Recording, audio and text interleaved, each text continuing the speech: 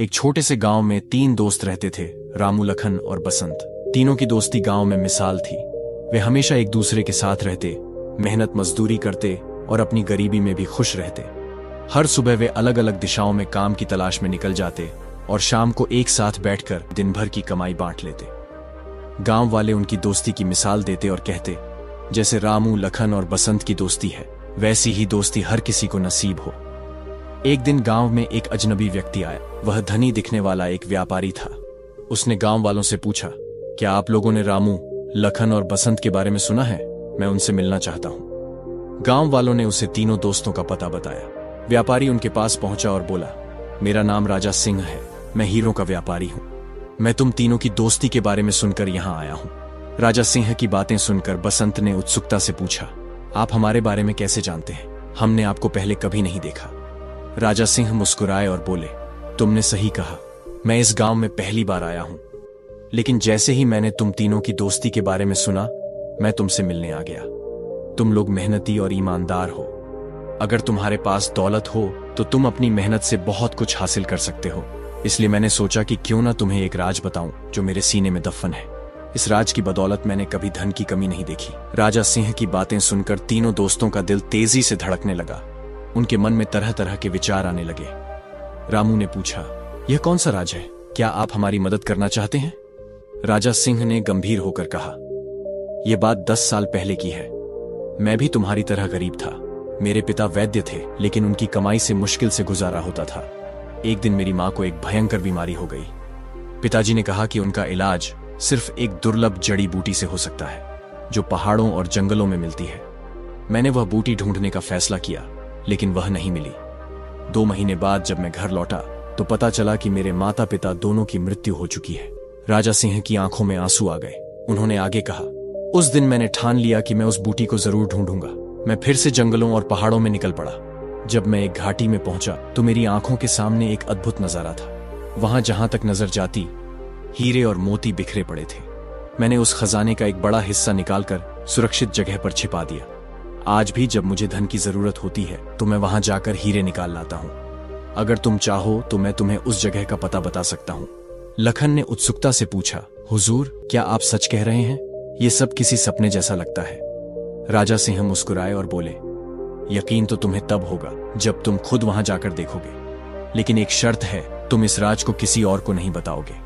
अगर तुमने ऐसा किया तो इसकी भारी कीमत चुकानी पड़ेगी। तीनों दोस्तों ने एक साथ कहा, हमें आपकी शर्त मंजूर है। राजा सिंह ने उन्हें उस जगह का पता बताया और कुछ रुपए देते हुए कहा, यह पैसे सफर में काम आएंगे। मुझे विश्वास है कि तुम मेरी बातों को गंभीरता से लोगे।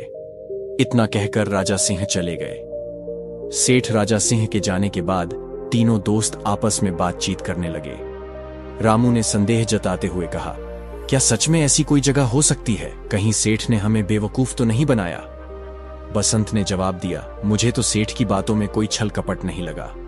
हमें एक बार वहां जरूर जाना चाहिए। तीनों दोस्त उस जगह पर जाने के लिए तैयार हो गए। उन्होंने अपना कुछ सामान इकट्ठा किया और सफर पर निकल पड़े। यात्रा लंबी थी, इसलिए वे जहां भी उपयुक्त स्थान मिलता वहां आराम कर लेते। चलते चलते 4 दिन बीत चुके थे। एक दिन जब वे रास्ते से गुजर रहे थे, लखन ने कराहते हुए कहा, मुझे बहुत प्यास लगी है, मेरा गला सूख रहा है, जल्दी से पानी लाकर दो, वरना मेरी जान निकल जाएगी। यह कहते हुए वह तड़पने लगा। लखन की हालत देखकर रामू चिंतित हो गया और बोला, बसंत, जल्दी से कहीं से पानी खोज कर लाओ। यह सुनकर बसंत एक बर्तन लेकर पानी की तलाश में निकल गया, लेकिन जैसे ही बसंत वहां से गया, लखन तुरंत फुर्ती से खड़ा हो गया। यह देखकर रामू हैरान रह गया और बोला, यह क्या, तुम तो भले चंगे हो, फिर यह प्यास का नाटक क्यों किया? लखन मुस्कुराते हुए बोला, अरे मूर्ख, तुम इतना भी नहीं समझते। मैंने यह नाटक सिर्फ बसंत को यहां से हटाने के लिए किया था, ताकि मैं तुमसे अकेले में एक जरूरी बात कर सकूं। रामू ने आश्चर्य से पूछा, ऐसी कौन सी बात है जो बसंत के सामने नहीं की जा सकती? लखन ने गुप्त स्वर में कहा, बात यह है कि अगर तुम चाहो तो उस खजाने के मालिक सिर्फ हम दोनों बन सकते हैं। रामू चौंक कर बोला, क्या मतलब? बसंत का उसमें कोई हक नहीं होगा? लखन ने दृढ़ता से कहा, बिल्कुल नहीं।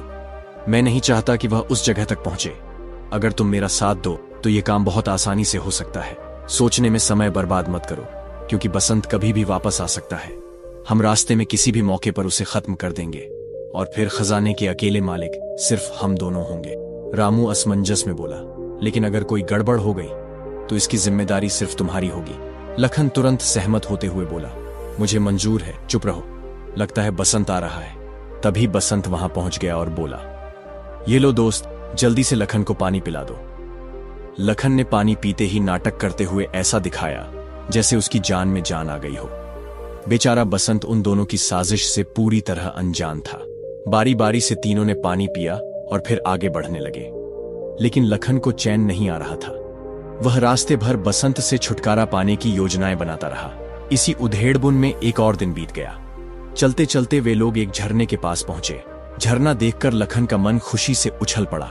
वह सोचने लगा, अगर बसंत को इस झरने के ऊपर से धक्का दे दिया जाए तो उसकी मौत निश्चित है। हाँ, यही सही मौका है। उसने अपने दोनों दोस्तों से कहा, तुम दोनों यहीं रुको, मैं जरा इस पहाड़ी पर चढ़कर आगे का रास्ता देखता हूं। यह कहकर लखन पहाड़ी पर चढ़ गया। वहां पहुंचकर वह खुश होने का नाटक करने लगा और जोर से बोला, अरे दोस्तों, यहां का नजारा तो बहुत ही अद्भुत है। कुदरत का ऐसा नजारा मैंने अपनी पूरी जिंदगी में नहीं देखा। तुम लोग भी जल्दी से ऊपर आ जाओ, देखो कितनी खूबसूरत जगह है। उसकी बातें सुनकर रामू और बसंत भी पहाड़ी पर चढ़ आए। वे भी वहां से कुदरत के इस हसीन नजारे को देखने लगे। जब तीनों दोस्त इस नजारे को देख रहे थे, तभी लखन चुपचाप बसंत के पीछे गया और अचानक उसे जोर से झरने में धक्का दे दिया। झरने में गिरते ही कुछ ही पलों में बसंत आंखों से ओझल हो गया। अपनी योजना पूरी होते ही लखन जोर जोर से हंसने लगा।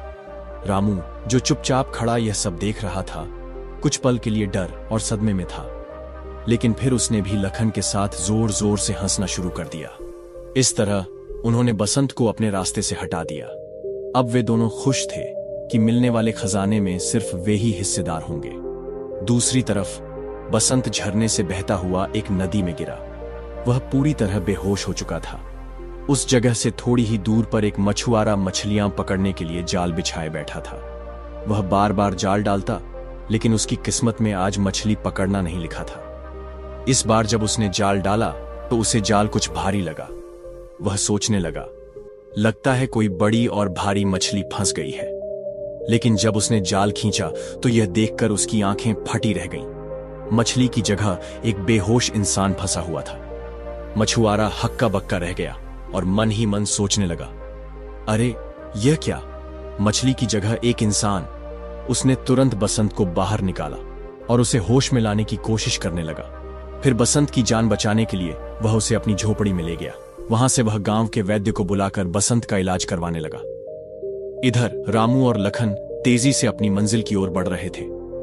लखन उत्साहित होकर बोला, दोस्त थोड़ा जल्दी करो, हम उस जगह पर पहुंचने ही वाले हैं। सेठ ने जिस जंगल का जिक्र किया था यही वही जंगल है।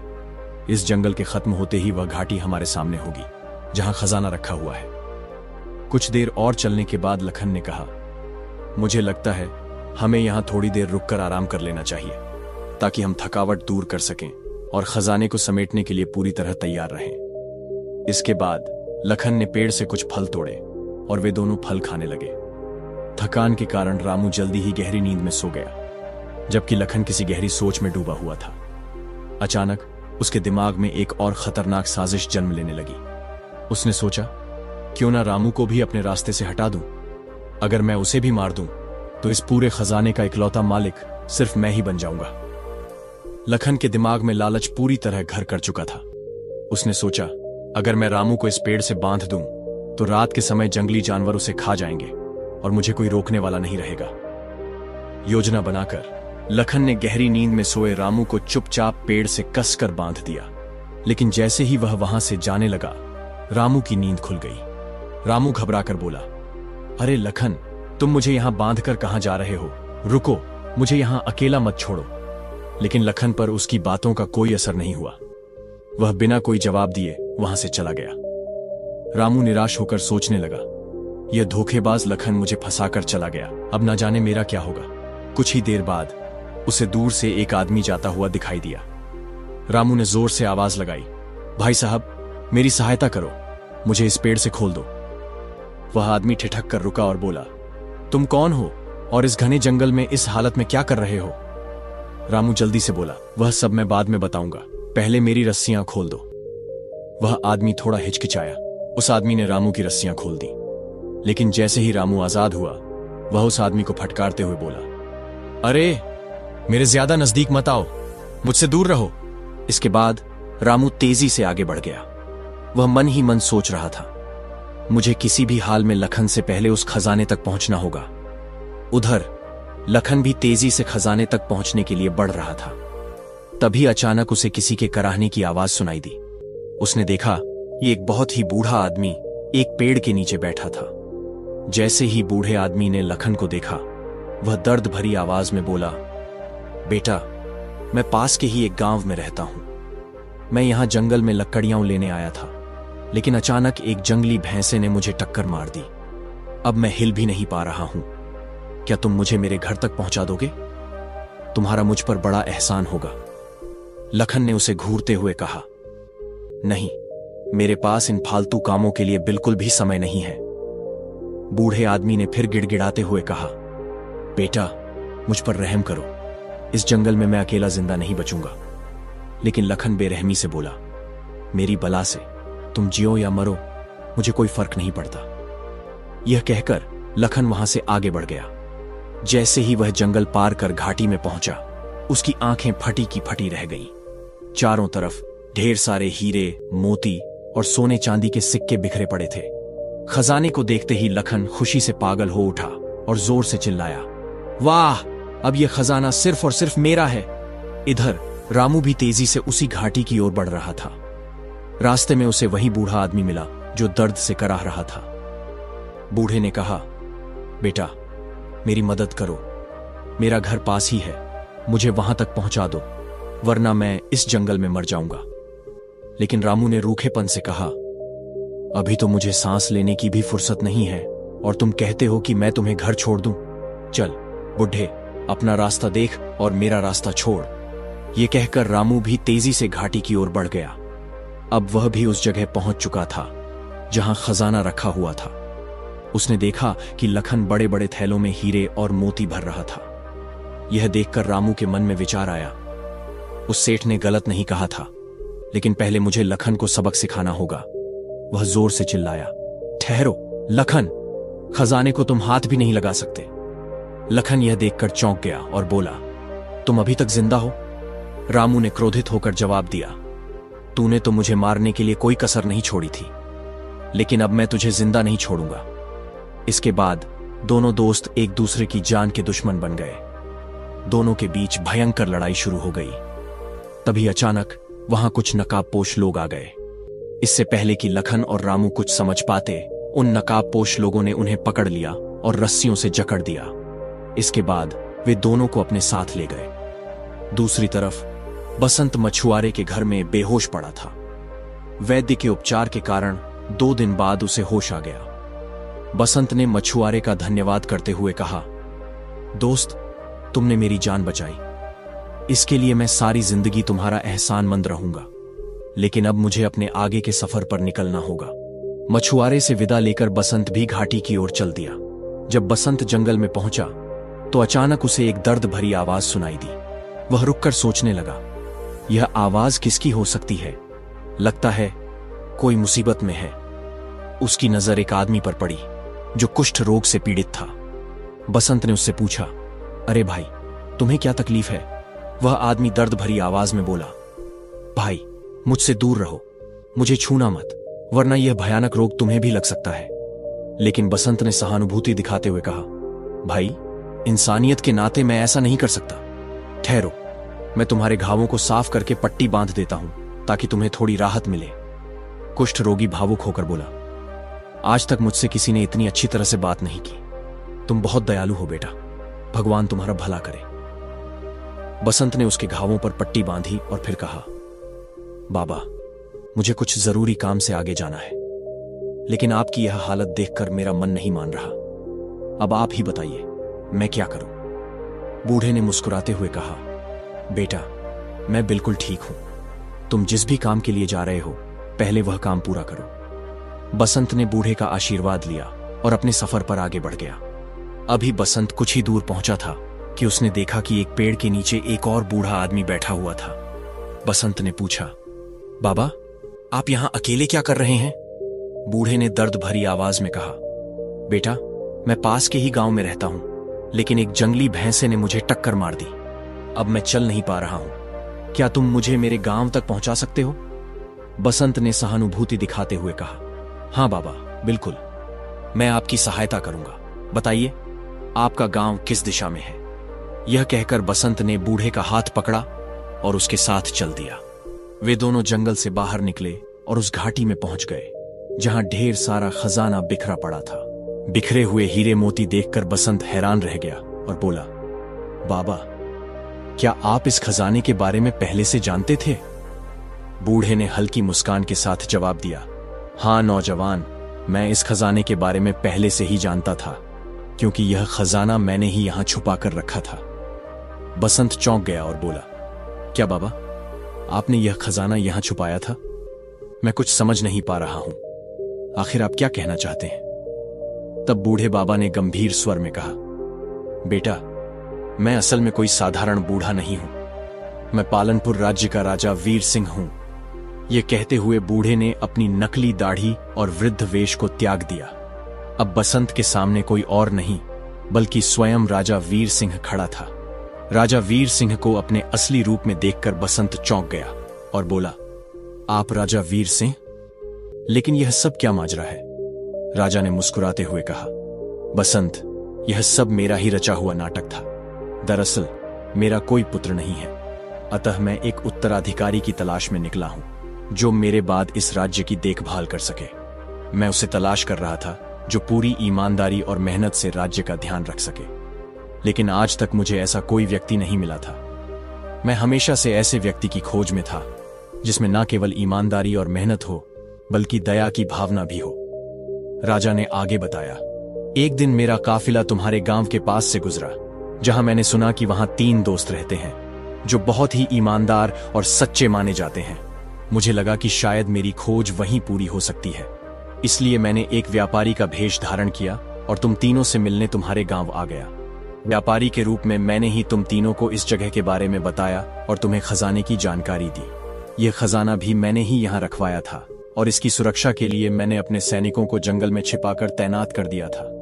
मेरा आदेश था कि तुम तीनों के अलावा कोई भी इस खजाने को हाथ न लगा सके। राजा ने आगे कहा, लेकिन जब तुम्हारे दोनों दोस्त यहां पहुंचे तो लालच ने उनकी आंखों पर पर्दा डाल दिया। वे दोनों एक दूसरे के खून के प्यासे हो गए और एक दूसरे को मारने पर उतारू हो गए। इससे पहले कि वे एक दूसरे की जान ले लेते, मेरे सैनिकों ने उन्हें गिरफ्तार कर लिया। वे दोनों अब मेरी कैद में हैं। राजा ने आगे बताया, मैं और मेरे कुछ खास आदमी अलग अलग रूपों में तुम्हारे सामने आते रहे, कभी एक व्यापारी के रूप में, कभी एक बूढ़े बाबा के रूप में, तो कभी एक लाचार कुष्ठ रोगी के रूप में। मैं यह देखना चाहता था कि तुम तीनों में से कौन सबसे दयालु और ईमानदार है।